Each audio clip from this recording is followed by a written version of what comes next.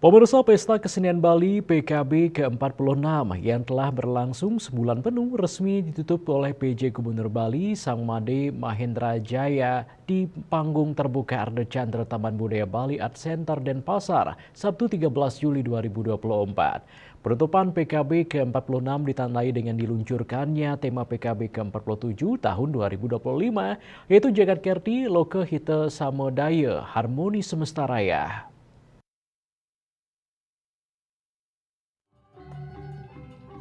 Mahendra Jaya menyampaikan bahwa penyelenggaraan PKB 46 berjalan dengan lancar dan sukses.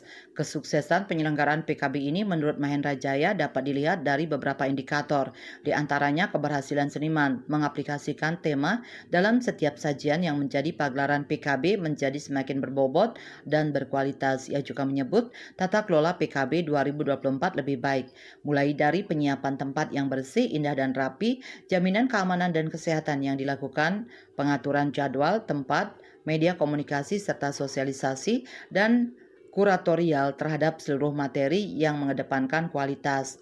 Keberhasilan PKB juga menjadi media pengembangan perekonomian masyarakat Bali.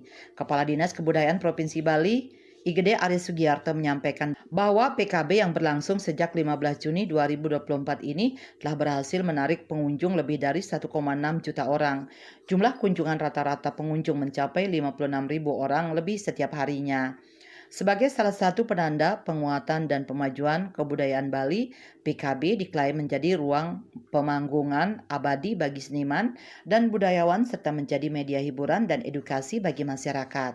Dalam penutupan juga diserahkan penghargaan Parama Bakti Budaya kepada mereka yang telah berjasa dalam penguatan dan pemajuan kebudayaan Bali, penyerahan penghargaan Adi Sewaka Nugraha kepada mereka yang berjasa dalam penguatan dan pemajuan seni tradisi klasik dan kesenian rakyat.